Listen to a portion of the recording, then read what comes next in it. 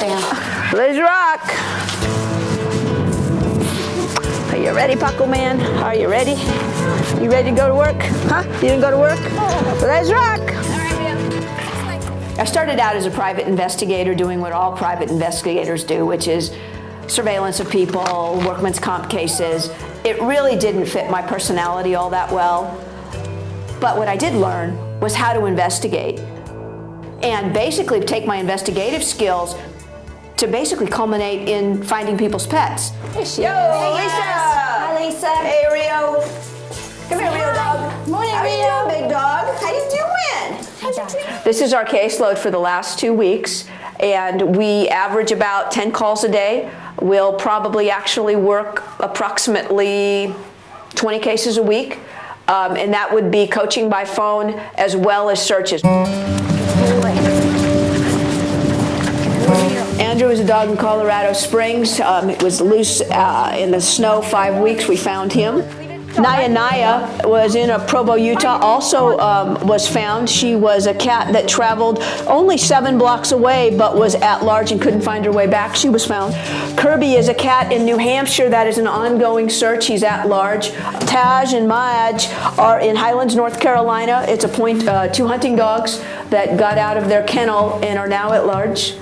Willow is a dog that we did in Fenton, Missouri. It was an on-site, and unfortunately, it was resolved, but we found that she had met with an accident that ultimately caused her death. Basically, this is who our target is today. Guys, this is Gizmo. He's our subject. He is a 3-year-old long-haired dachshund. Pet owner has had him only 6 months. However, she rescued him. He was part of a sting operation, and he is now lost in the woods somewhere. Pet owner's a senior citizen. You notice she's not here today. She's 5 states away. So we aren't going to be able to develop the witness. We're not going to be able to develop the pet owner anymore. But I do feel very strongly that we should start at the point of escape. I basically got into this business because I was also a grieving pet owner with a missing pet. My family member had gone missing, and I didn't know what to do. And then I realized I had all these skills that culminated in basically being able to do this. I have a great response and a great relationship with the dogs. I can read what's going on, and you know what, more than anything, I get to help people. And I mean, it's not just like I'm helping them through a door. They literally feel as though I've helped them through a major step in their life or helped them get from one thing to the other. We are helping pet owners and their missing pets at the same time.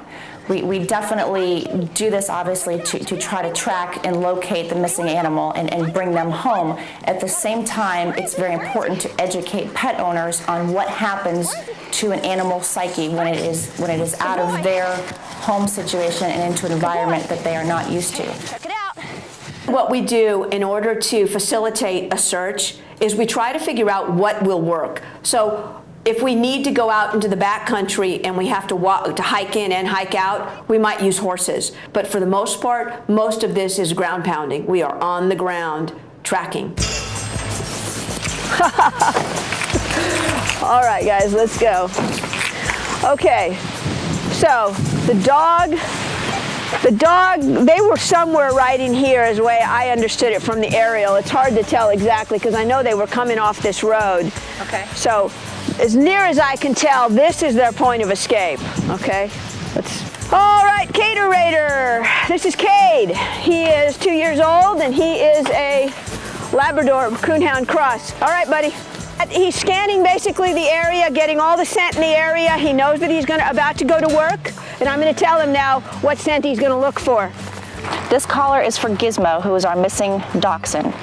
Gizmo's who we are hoping to find today to bring him back home, and this is his collar that he was able to get out of as he escaped out of the RV at the RV park.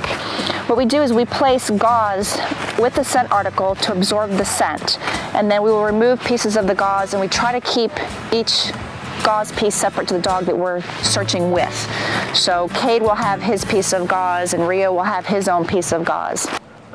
Find it. Find this dog. Find it. Good boy. Keep going, Cade. Keep going, Cade. One of the best feelings for me actually is just running behind the dog Every time I start and I realize that this dog in front of me is doing everything he can to help, it brings tears to my eyes now because there's a partnership and he's truly doing this for me. I'm very concerned because, as you see, when we're running a hunting trail, and there's coyote scat all over the ground as we're running through it, and typically that's not a good sign. The prognosis of a dog being out here and making it for 3 or 4 days is not good. There's no question. The coyote population here is very, very high. Easy, easy, easy. Watch the brambles. Easy way, easy way, easy way. It's all right. We can go this way. Basically, we've come across up to this point. We want to reconfirm this trail with another dog, and we'll hopscotch now with another dog. Find it. Woohoo! Let's go. Move. Woohoo! The reason we use teams of dogs is because we can confirm what each dog does. The dogs are never wrong, but sometimes the pilots are wrong. That's usually handler error if we read something wrong. So we just want to make sure that we have a confirming trail. Come here, big dog. Come here, big dog. Cater. It's all right. It's all right. Hop out of the way. Find it.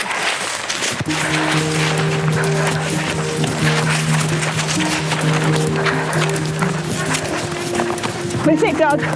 What do you think, Cater? He's pulling awful hard. He's pulling pretty hard. Okay. Dog, I think I see this dog. Hang. Cade, come here, honey. Come here, sweetheart. I know I'm getting close because Cade will start to pull real hard. His frame will change and I need to sit back on it. When I get close, I generally am not going to run right up to the dog. Gizmo, come on. I just saw him shoot out of this log. Here, puppy. Here, puppy. Come here. Come here, little man. Come here, little man. Here, boy. Come here, son. Come on, Gizmo. Come here, little man. Puppy, puppy. Come here, son. Oh, what a good boy. Problem with skittish dogs. Come on. Come on, puppy. Come on, puppy. Come here, little man. Just got some burrs on him. Hey. Come here, baby. Come here, baby. It's okay. Come here. It's okay. Come here. Oh, what a good boy. Come on. Hi. How are you? Come on. That's a good boy. Come on. That's a boy. Got him. All right. It's all right. Here. It's all right. It's all right, huh? Yeah, don't touch him. All right. Pretty scared little dog, huh? You scared? Yeah, we're gonna go bring you to your owner. You'll be all right. We're very lucky with Cade in that he is easy to read. You're a lucky little boy, and even though he is skittish, sometimes it helps us a little bit, and that sometimes are too fearful to take off in a different direction. But being able to have a team and have a dog that you know and trust and does this job with complete and total heart and devotion is the key to success with this. Yeah, good boy. Good job. All right, Cade. Go ahead and call the owner. Okay, let's go. Let's call your mommy. Let's call your mommy. To me, there's a balance to have a successful search in your compassion and concern to bring that animal home, knowing what the animal's going through, and at the same time to keep that pet owner as calm and understanding and as educated as possible throughout the search. Come here, boys. Kitty.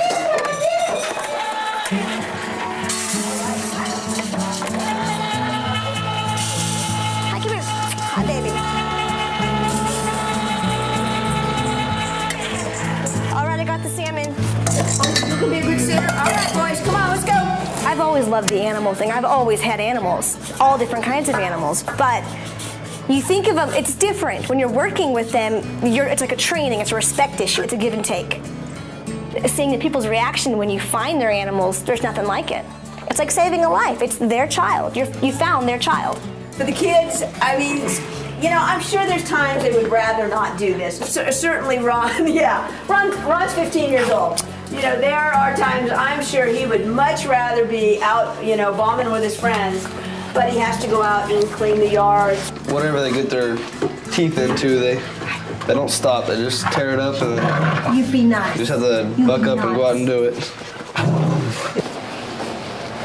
Oh, Oh, they got like 12 dogs in yesterday, and they called me and asked me to come over and take a look at them. It's always fun time at the shelter. One of the things I love the most about my company is that we actually use all rescued dogs. All of the dogs that you see here today and that you'll see out on the road for most of us, they're from shelters. It's a beautiful concept, but the thing about it is those pets, those dogs that we have here, to think that maybe 7, 8 months earlier that dog was on death row and was going to be put to sleep because nobody wanted it. I mean, I get tears in my eyes because I know from where all these guys came. You know, I was there when Dodger was going to be put to sleep. That's stupid. Stupid.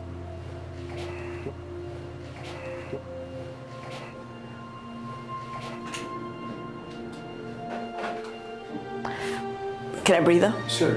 Okay.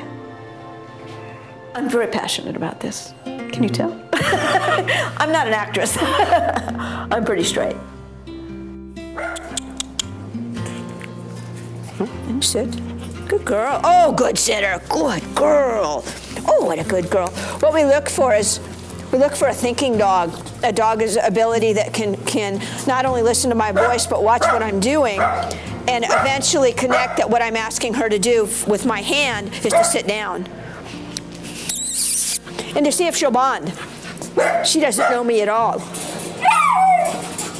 Good girl. Good girl. Oh, she's a good sitter. Oh, she's a good sitter. You want to find doggies? You want to find kitties? Let's go. Thank you.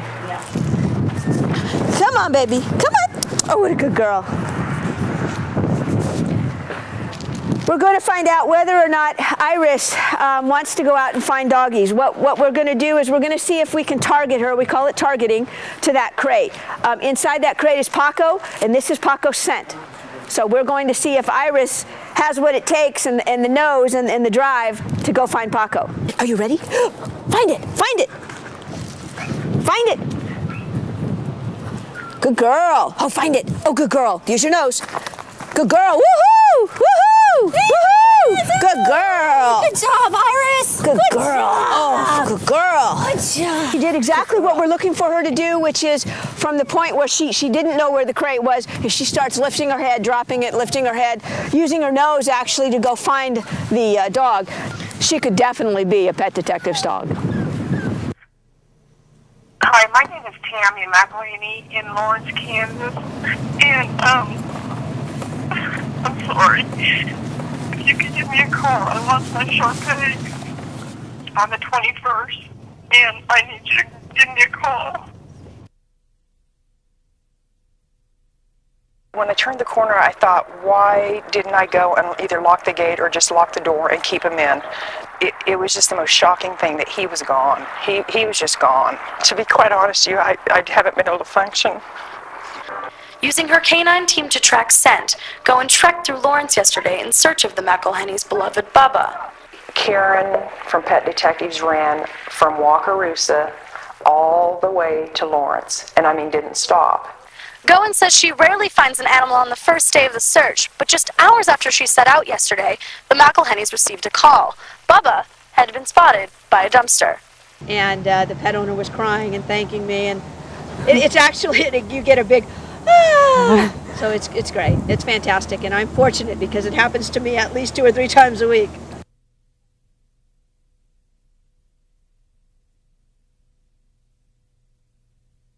There's some new hope tonight in the search for a show dog that escaped from her crate months ago at Kennedy Airport. 3 tracking dogs have picked up the missing Whippet's scent. Ellen Marks talked exclusively to the pet detective called in to help solve the case. You could call Karin GOIN the Sherlock Holmes of the canine world, as she and her team of tracking pooches go sniffing for clues to mysterious doggy disappearances. And kudos to Karin, the founder of Pet Detectives Inc., has just been called in on a big one to help crack the case of America's most wanted Whippet.